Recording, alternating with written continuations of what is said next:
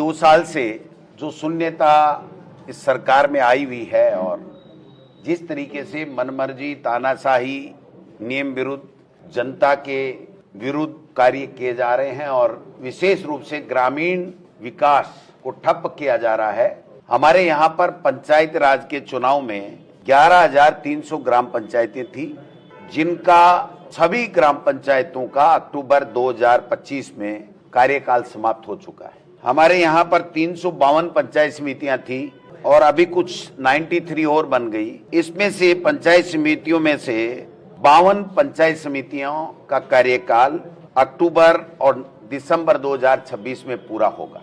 78 पंचायत समितियों का कार्यकाल सितंबर 2026 में होगा। यानी 130 पंचायत समितियों का कार्यकाल अभी भी बाकी है। 6 जिला परिषदों का कार्यकाल अभी बाकी है।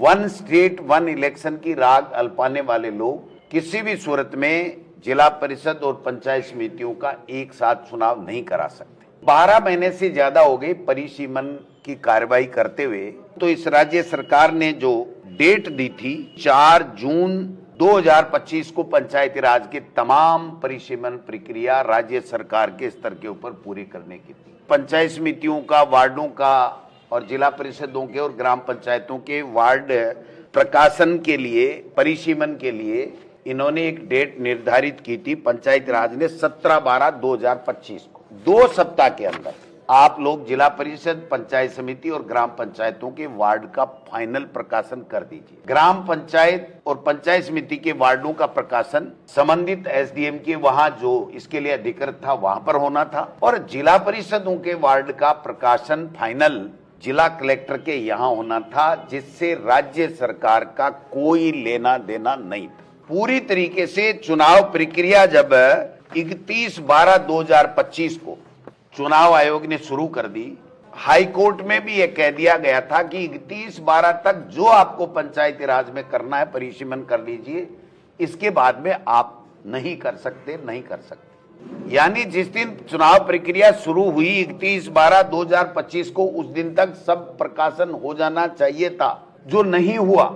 आज भी सभी जिलों के अंदर जिला परिषदों के वार्ड का फाइनल आपत्तियां मांग करके 7 तारीख अंतिम थी, 7 जनवरी। सभी जिला कलेक्टरों के द्वारा फाइनल सूची चस्पा करनी थी और राजनीतिक दलों को उपलब्ध करानी थी और पंचायत समितियों के वार्डों का प्रकाशन भी उसी दिन करना था, क्योंकि आपत्तियां 7 तक लेनी थी और 8 को उनको नोटिस बोर्ड के ऊपर चस्पा करना था। बड़े ही दुर्भाग्य की बात है, पर्ची सरकार में कौन सिस्टम चला रहा है, कौन निर्णय कर रहा है, कौन इसको रोक के रखे हुआ है और कौन चुनाव आयोग से भी बड़ा हो गया, राज्य निर्वाचन आयोग से भी बड़ा हो गया।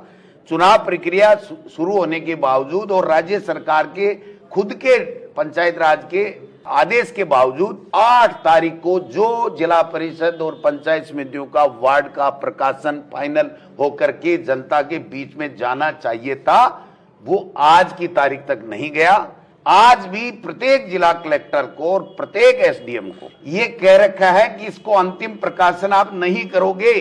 पूरे तरीके से इस परिसीमन को और पंचायत राज के चुनाव को हाईजैक कर लिया गया है। एसआईआर में बेईमानी है, पंचायत राज के परिसीमन में बेईमानी है, नगर पालिकाओं के अंदर परिसीमन में बेईमानी है।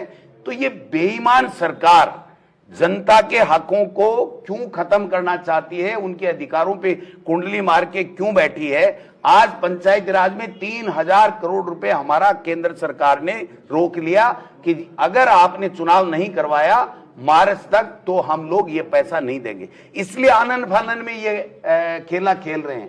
14 फरवरी को ये अंतिम सूची आ जाएगी एसआईआर की। इनकी तो सूची अंतिम बनाने की जो तारीख है वो 27 जनवरी है। ऐसे में ये क्या करना चाहते हैं कि पंचायत समितियों की सूची से पहले, फाइनल सूची होने से पहले वोटर लिस्ट की, एसआईआर की फाइनल सूची आ जाएगी।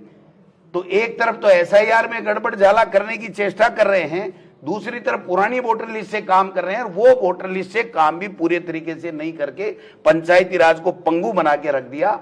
मैं मीडिया के साथियों से एक आग्रह करूंगा कि पंचायत राज मंत्री को या किसी भी सरकार के नुमाइंदे को, पंचायत राज कमिश्नर को, जो भी है उसको पूछिए कि जब आपकी डेट ये थी कि आप 2 सप्ताह के अंदर अंतिम प्रकाशन करेंगे, तो आपने किस हैसियत से जिला कलेक्टरों को मौखिक आदेश से रोक रखा है। अगर कोई लिखित आदेश दिखा दें तो मैं मान जाऊंगा, मुझे कोई दिक्कत नहीं, लेकिन लिखित आदेश आखिरी का 17/12 का है कि 2 सप्ताह में करोगे।